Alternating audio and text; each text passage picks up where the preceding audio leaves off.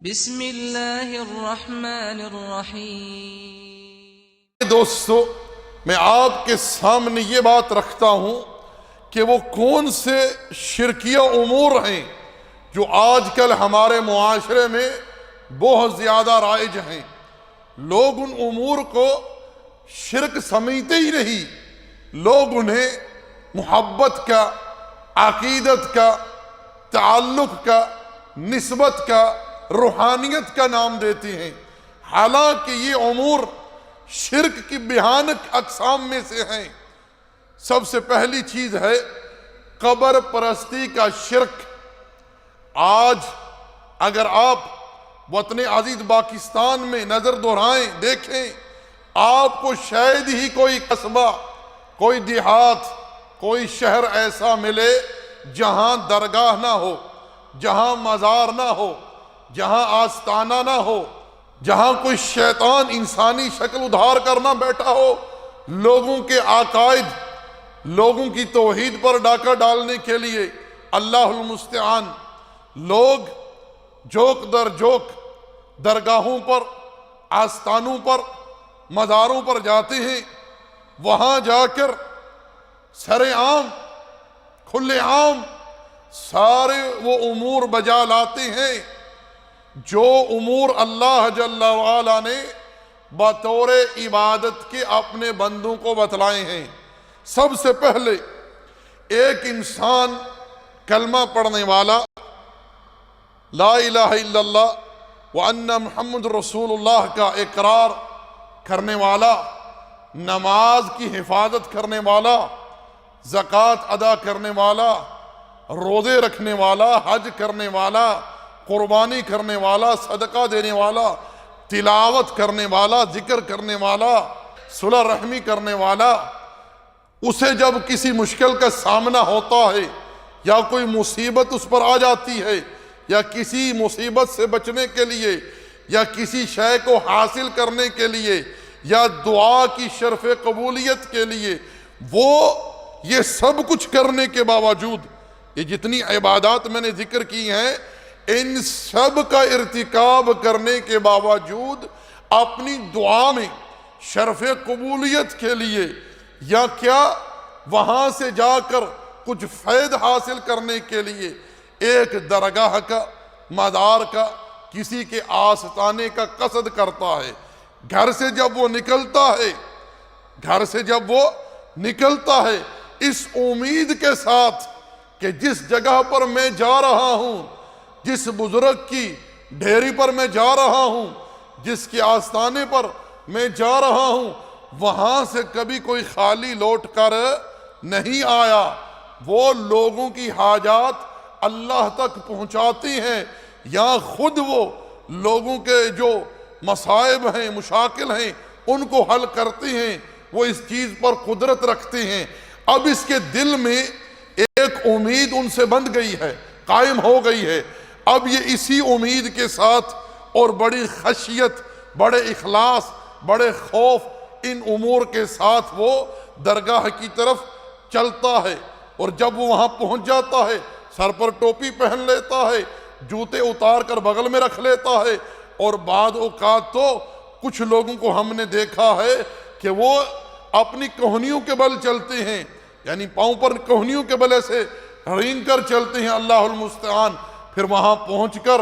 وہ باادب مردے کی پاؤں کی طرف آ کر قبر کو بوسہ دیتا ہے، پھر حالت قیام میں وہاں کھڑے ہو جاتا ہے، اور پھر اس قبر کی طرف منہ کر کے دعا کرتا ہے۔ کچھ لوگ تو واللہ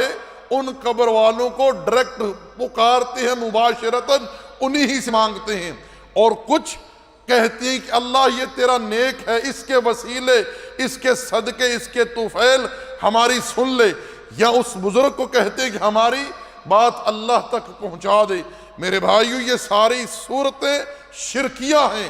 یہ ساری صورتیں شرکیہ ہیں۔ مشرکین مکہ کی بھی سوچ اسی قسم کی تھی۔ ان کے بارے میں رب ذوالجلال نے سورہ زمر آیت نمبر 3 میں ارشاد فرمایا کہ یہ کیا کہتے، ما نعبدہم الا لیقربونا الی اللہ زلفیٰ، ہم ان کی عبادت نہیں کرتے مگر ان کے ذریعے ہم اللہ کا قرب چاہتے ہیں۔ اور آج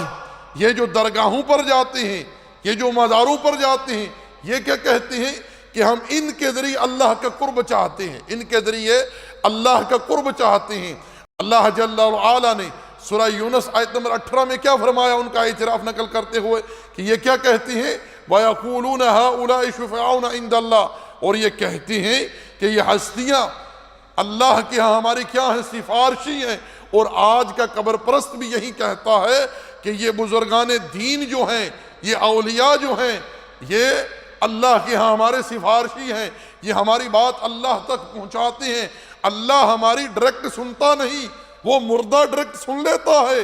جو نومن مٹی کے نیچے ہے، چاہے وہ کوئی ہو، چاہے وہ کوئی ہو۔ اللہ نے اپنے پیغمبر سے فرمایا اِنَّكَ مَيِّتٌ وَإِنَّهُمْ مَيِّتُونَ، آپ کو بھی موت آنی ہے اور ان سب کو موت آنی ہے۔ اے پیغمبر صلی اللہ علیہ وسلم، آپ کو بھی موت آنی ہے اور ان سب کو موت آنی ہے، ہر انسان پر موت طاری ہوگی۔ اب وہ نومن مٹی کے نیچے وہ جو مدفون ہے، چاہے کوئی ہو، وہ سن لیتا ہے، لیکن رب کے بارے میں یہ کلمہ پڑھنے والا، نماز پڑھنے والا، روزہ رکھنے والا، حج کرنے والا، تلاوت کرنے والا یہ کہتا ہے کہ اللہ میری سنتا نہیں، حالانکہ رب ذوالجلال قرآن میں فرماتا ہے وَقَالَ رَبُّكُمُ ادْعُونِي أَسْتَجِبْ لَكُمْ، اور تمہارا رب کہتا ہے مجھے پکارو میں تمہاری دعا کو قبول کروں گا۔ اوس ابن صامت کی بیوی نے رب کو پکارا، جی ہی جی میں پکارا، اللہ نے قرآن اتار دیا قَدْ سَمِعَ اللَّهُ قَوْلَ الَّتِي تُجَادِلُكَ فِي زَوْجِهَا، تحقیق اللہ نے اس عورت کی پکار کو سن لیا جو اپنے شوہر کی بابت آپ سے بات کر رہی تھی، جھگڑا کر رہی تھی، اور اللہ کی بارگاہ میں بھی وہ اپنا شکوہ، اپنی بات پیش کر رہی تھی۔ اللہ نے اس کی دل کی بات کو سن لیا، جس بات کو سیدہ عائشہ نے نہیں سنا، اسی حجرے میں اللہ نے عرش پر اس کی بات کو سن لیا۔ یہی نمازی جو درگاہ پر جا کر، مزار پر جا کر یہ کہتا ہے کہ اللہ میری سنتا نہیں، اللہ میری سنتا نہیں، معاذ اللہ، یہی جب رکوع سے سر اٹھاتا ہے تو اس بات کا اقرار کرتا ہے سمع اللہ لمن حمدہ، اللہ نے اس کی سن لی جس نے اللہ کی تعریف کی۔ یاد رکھیں، جو لوگ یہ کہتے ہیں کہ اللہ ہماری سنتا نہیں، معاذ اللہ، یہ اللہ تعالیٰ پر ایک تو بہتان لگاتے ہیں، اللہ پر ایک بہتان لگاتے ہیں کہ اللہ ہماری سنتا نہیں، اور دوسرا اللہ کے بعد بدگمانی رکھتے ہیں، حالانکہ رب یہ وعدہ فرما چکا ہے کہ مجھے پکارو میں قبول کروں گا۔ اسی طرح یہ رب ذوالجلال کی جو صفت سمع ہے، سننا، اس کی نفی کرتے ہیں، اس کی نفی کرتے ہیں۔ میرے بھائیوں، میرے دوستو، ہمارا رب کیا کہتا ہے؟ انہ السمیع، وہ سننے والا ہے، مجیب الدعوات، اور دعاؤں کو قبول کرنے والا ہے جل وعلا، جو خود فرماتا ہے ادعونی استجب لکم، مجھے پکارو میں قبول کروں گا، جو خود فرماتا ہے من یدعونی فاستجیب لہ ومن یسألنی فاؤتیہ ومن یستغفرنی فاغفر لہ۔ کون ہے مجھ سے دعا کرے جس کی دعا کو میں قبول کروں؟ کون ہے جو مجھ سے سوال کرے میں اسے عطا کروں؟ کون ہے جو گناہوں کی بخشش مانگے میں اس کے گناہ بخش دوں؟ رب تو یہ کہتا ہے کہ مجھے پکارو، لیکن یہ جاہل، یہ مشرک جو شرک کی دلدل میں پھنسا ہوا ہے، اس کو اتنا شعور نہیں، اتنی عقل نہیں کہ ایک مردہ جو قبر میں ہے، جو مدفون ہے، جس کو غسل کسی نے دیا، کفن کسی نے دیا، قبر میں کسی اور نے اتارا، جنازہ کسی اور نے پڑھایا، وہ ڈائریکٹ سن لیتا ہے۔ جو حی لا یموت ہے، جو ہمیشہ زندہ رہنے والا ہے، جسے کبھی موت نہیں، تقدس و تعالی، وہ ڈائریکٹ نہیں سنتا۔ معاذ اللہ، کتنی بڑی جسارت ہے ان لوگوں کے پاس رب ذوالجلال کے بارے میں۔ اللہ تعالیٰ رحم فرمائے، کتنی بڑی گستاخی کا ارتکاب کرتے ہیں یہ لوگ اللہ جل وعلا کی شان اقدس میں، کہ رب ہماری سنتا ہی نہیں، معاذ اللہ۔ اور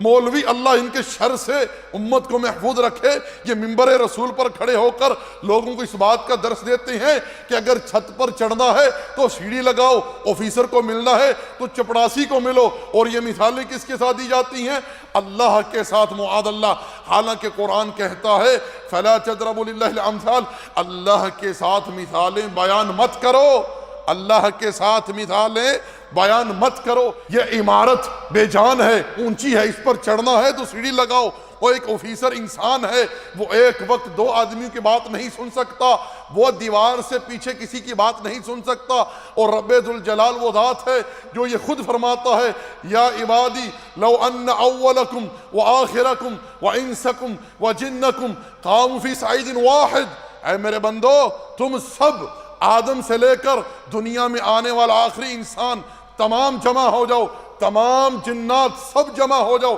ایک قطار میں کھڑے ہو جاؤ، مجھ سے سوال کرو، میں سب کو ان کی حاجت عطا کروں گا، سب کی سنوں گا، ایک وقت مجھے پکارو، سب کی سنوں گا، سب کو عطا کروں گا، اور میرے خزانوں میں اتنی بھی کمی نہیں ہوگی، جتنا کسی سوئی کو سمندر میں ڈال کر نکال لیا جائے اتنی بھی کمی واقع نہیں ہوگی۔ اللہ اکبر! اس رب کی یہ شان جو کہتا ہے مجھے پکارو میں قبول کروں گا، جو پکارنے والا مجھے پکارتا ہے میں اس کی پکار کو سنتا ہوں، میں اس کے قریب ہوں، اس کی قدرت، اس کی رحمت، اس کا علم ہر چیز پر محیط ہے تقدس و تعالی کی۔ انہ علیم بذات الصدور، وہ لوگوں کے سینوں کے احوال کو جانتا ہے، کس انسان کے سینے میں کیا ہے، اس نے کیا مانگنا ہے، کیا سوچا ہے، کیا سوچے گا، کب سوچے گا، کس کے بارے میں سوچے گا، وہ رب سب جانتا ہے تقدس و تعالی۔ یعلم خائنۃ الاعین، وہ آنکھوں کی خیانت کو جانتا ہے، اس آنکھ نے کیا دیکھا، کہاں تک دیکھا، کسے دیکھا، کیسے دیکھا، یہ رب سب جانتا ہے، اس سے کوئی شے مخفی نہیں۔ لا یخفی علیہ شیء فی الارض ولا فی السماء، کوئی آسمانوں میں اس سے مخفی نہیں، کوئی زمینوں میں اس سے مخفی نہیں، وہ ہر شے کو جانتا ہے۔ ایک پتا گرتا ہے اسے جانتا ہے، زمین کے اندر کیا ہے اسے جانتا ہے، زمین کے اوپر کیا ہے اسے جانتا ہے، سمندروں میں کیا ہے سب جانتا ہے، کوئی شے اس سے مخفی نہیں تقدس و تعالی سے۔ اس رب ذوالجلال کے ساتھ تم مخلوقات کی مثالیں پیش کرتے ہو، معاذ اللہ، اس سے بڑھ کر رب ذوالجلال کے حق میں گستاخی کیا ہو سکتی ہے؟ اسی لیے رب ذوالجلال نے فرمایا اولئک ہم شر البریہ، یہ مشرک اس کائنات کی بدترین مخلوق ہیں جو رب کے بارے میں ایسا گمان رکھتے ہیں، رب کے بارے میں ایسی بات کہتے ہیں، رب کے بارے میں ایسا عقیدہ رکھتے ہیں، ایسی سوچ رکھتے ہیں، ایسی فکر رکھتے ہیں جو رب ذوالجلال کی شان کے لائق نہیں، جو رب ذوالجلال کی جلالت کبریائی کے لائق نہیں۔ یہ رب کو سوچتے ہیں مخلوقات کے ساتھ رکھ کر، معاذ اللہ، حالانکہ رب ذوالجلال فرماتا ہے لیس کمثلہ شیء وہو السمیع البصیر، اس کے مثل کوئی شے نہیں، وہ سننے والا اور دیکھنے والا ہے تقدس و تعالی۔ تو دوستو میں عرض کر رہا تھا، اس طرح یہ لوگ جا کر درگاہوں پر، مزاروں پر، آستانوں پر تذلل اختیار کرتے ہیں، عاجزی و انکساری اختیار کرتے ہیں، انہیں پکارتے ہیں، دعائیں کرتے ہیں، ان سے التجائیں کرتے ہیں، وہاں رکوع اور سجدہ کرتے ہیں، قیام کرتے ہیں، قبروں پر چادریں چڑھاتے ہیں، دیے جلاتے ہیں، جانور ذبح کرتے ہیں، نذر و نیاز چڑھاتے ہیں۔ وہاں ان کی وہ کیفیت ہوتی ہے جیسی کیفیت ان کی اللہ کے سامنے حالت نماز میں نہیں ہوتی۔ میرے بھائیو، یہی ہے اللہ جل وعلا کی عبادات میں شرک۔ یاد رکھیں، قیام عبادت ہے، رکوع عبادت ہے، سجدہ عبادت ہے، نظر عبادت ہے، ذبح کرنا عبادت ہے، خوف عبادت ہے، امید عبادت ہے، دعا عبادت ہے، التجا، انکساری، عاجزی، یہ سارے امور وہ ہیں جو عبادت سے متعلق ہیں۔ ان لوگوں نے درگاہوں پر جا کر، مزاروں پر جا کر، آستانوں پر جا کر یہ امور غیر اللہ کے لیے سر انجام دیے، اور یہ اللہ جل وعلا کی عبادت میں شرک کے مرتکب ہوئے۔ یہ اللہ جل وعلا کی عبادت میں شرک کے مرتکب ہوئے۔ برادران اسلام، میں قبر پرستی کے تعلق